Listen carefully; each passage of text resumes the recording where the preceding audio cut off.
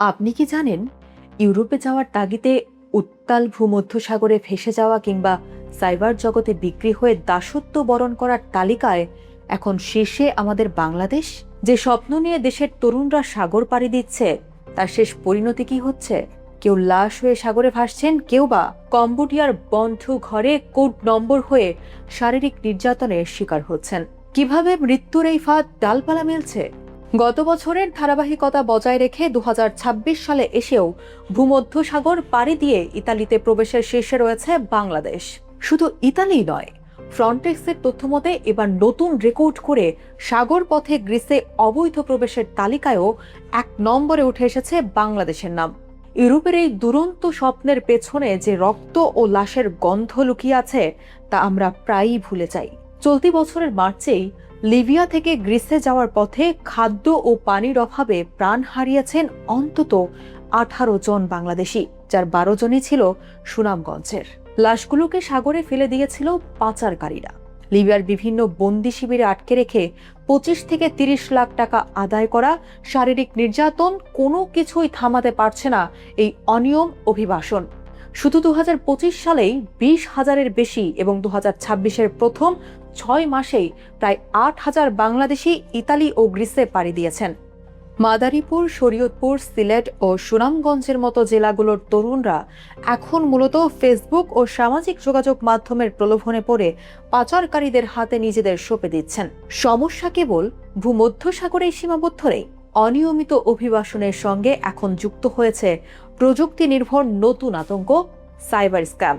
চাকরির প্রলোভন দেখিয়ে তরুণদের নিয়ে যাওয়া হচ্ছে কম্বোডিয়া, মিয়ানমার, থাইল্যান্ড ও ভিয়েতনামে। জনশক্তি কর্মসংস্থান ও প্রশিক্ষণ ব্যুরোর তথ্য বলছে, গত 1.5 বছরে প্রায় 16,000 বাংলাদেশি কম্বোডিয়ায় গেলেও তাদের 98% কোনো চাকরি পাননি, বরং তাদের চীনা নিয়ন্ত্রিত স্ক্যাম সেন্টারে বিক্রি করে দেওয়া হয়েছে। সেখানে পৌঁছানোর পর তাদের নিজের নাম মুছে যায়, পরিচয় হয় স্রেফ একটি কোড। পাসপোর্ট কেড়ে নিয়ে বন্ধ ঘরে অস্ত্রের মুখে জিম্মি করে বাধ্য করা হয় আন্তর্জাতিক অনলাইন জালিয়াতি করতে। টার্গেট পূরণ না হলে মেলে বিদ্যুতের শক ও নির্মম মারধর। সম্প্রতি কম্বোডিয়া ও মিয়ানমার থেকে ফেরত আসা ভুক্তভোগীদের অভিজ্ঞতা আমাদের মনে করিয়ে দেয়, বিদেশের মাটিতে দাসত্বের প্রথা কতটা ভয়াবহ রূপ নিয়েছে। মানব পাচারের শিকার হয়ে শুধু তরুণরা সাইবার দাসত্বেই আটকে পড়ছেন না, কাজের কথা বলে রাশিয়ায় নিয়ে গিয়ে ইউক্রেন যুদ্ধে মানব ঢাল হিসেবে ব্যবহারের অভিযোগ উঠে আসছে। ওয়েল্ডার বা পরিচ্ছন্নতা কর্মীর চাকরির কথা বলে নিয়ে গিয়ে সামরিক নথিতে সই করিয়ে যুদ্ধক্ষেত্রে পাঠিয়ে দেওয়া হচ্ছে, যেখানে ইতোমধ্যে অর্ধশত বাংলাদেশি প্রাণ হারিয়েছে। অন্যদিকে বিউটি পার্লার ও গৃহকর্মীর লোভ দেখিয়ে দুবাই, সৌদি আরব ও মালয়েশিয়ায় নারীদের পাচার করে নাইট ক্লাব ও অনৈতিক পেশায় বাধ্য করা হচ্ছে। পটুয়াখালীর লিজা কিংবা নোয়াখালীর পহেলিদের মতো অসংখ্য নারী আজও প্রলোভনের ফাঁদে পড়ে নিঃস্ব হয়ে দেশে ফিরছেন।